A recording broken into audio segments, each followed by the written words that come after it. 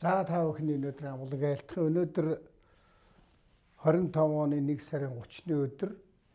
За 7 хоног бүрийн 4-р өдрийн 18 цагаас та бүхэндээ хүргэдэг шуурхай мэдээллийнхээ энэ дугаарыг эхэлж байна. За энэ маань намрын чуулганы яг завсарлаж байгаатай ингээд таарчлаа. Тэгэхээр намрын чуулган гэдэг маань одоо үндсэндээ 10 сар, 11 сар, 12 сар, 1 сар, 3, 4 сар улсын хурлын чуулган хурлдлаа. За энэ чуулганы нэг онцлог бол Монгол улсын ерөнхийлөгч улсын төсвөд бүхэлд нь хориг тавиад наад татвар төлөгчдийнхээ мөнгө төгрөгөн дээр нь илүү зардал янз бүрийн юм хасаа улсын төсвийг алдагдaltaгүй болгол яасан бэ гэсэн ийм хориг тавьсан. За энийг улсын хурл хүлээж аваад улсын хурл одоо нэг алдагдaltaгүй юм төсөв баталсан. Цаашдаа ч гэсэн бид нар энэ дээр энэ алдагдaltaгүй болгох ёстой. Энэ төрийн дангахаас нь том бүтцийг бол багасгах ёстой, цөөлөх ёстой. Тэгээд ард түмний ахуй амжиргааг дээшлүүлэх чиглэлд улсын төсвийн бодлого чиглэх ёстой. Нөгөө талаас улсын төсвийн хөрөнгө оруулалтаар хийгдэж байгаа юм маань бас аж ахуй нэгжүүдийгээ дэмжсэн байх ёстой. Ер нь бид нар энэ улсын төсөв дээр одоо цаашдаа бас шийдэх ёстой юм бол энэ нийгмийн даатгалын шимтгэл байгаа.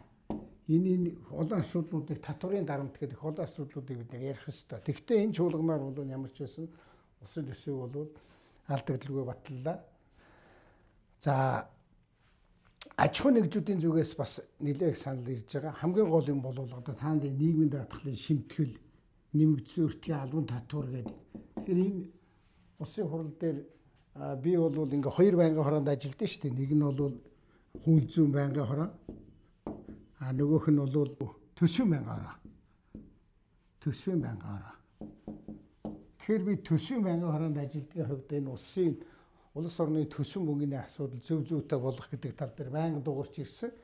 Энэ 18 удаа энэ шуурхай мэдээллийг хийхэд би та нарт улсын хурал дээр ямар хуулийн төсөл хэлцэгдэж байна вэ?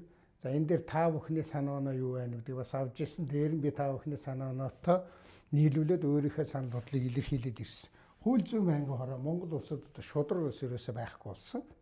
Хэн мөнгөтэй нь одоо дураараа дургаж дунд чимгээрээ шархирдаг болсон. Тэгэхээр энэнийг зогсоохын тулд Монгол улсад хууль зүйн байнгын хороо улсын хурал ямар хууль тогтоомж яаж өөрчлөх вэ гэж. За би хамгийн сүүлд нэг ийм ажлын хэсэгт орсон байгаа манай хууль зүйн байнгын хороон дээр тэр нь эрүү шүүлт тулгах гэмт хэргийн хохирогчийг хамгаалах гэдэг. Энэний чиглэлээр одоо цаашаага юу сайжруулах вэ гэдэг ийм ажлын хэсэгт ороод ажиллаж байгаа.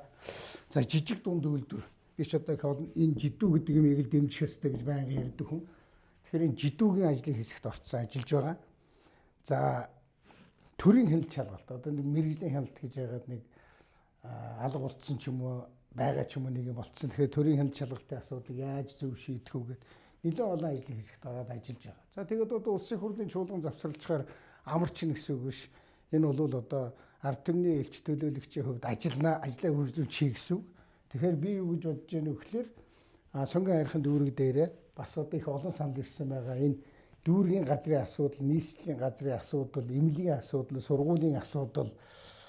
За зарим иргэдийн одоо төрийн үйлчилгээний тухай асуудал гэдэг маш олон асуудлууд байгаа. За орон нутгаас бас их олон саналуд ирсэн байгаа. Энэ аймагт ирээч, тэр суманд ирж ажиллаач, бидний үгийг бас сонсоод одоо төрд очиж яс энэ үгийг хэлээч гэсэн юм олон санал байгаа. Тэгэхээр бас орон нутагт ажилланаа.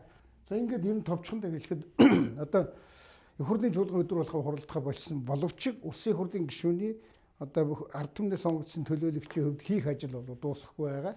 Энийг энэ дээр нэмж та бүхэн маань 11 гэдэг энэ утсанд маань хөө ялтуугийн энэ завсарлагаар тэгмээр байна, ингэмээр байна. Одоо ингэдэг гэх тийм санал байвал сайхан явуулаарай. За ингээд энэ удаагийн та бүхэнтэйгээ 4-р өдөр бүрийн 18 цагаас уулздаг 4-18 гэдэг шуурхай мэдээлэл өндөрлөө.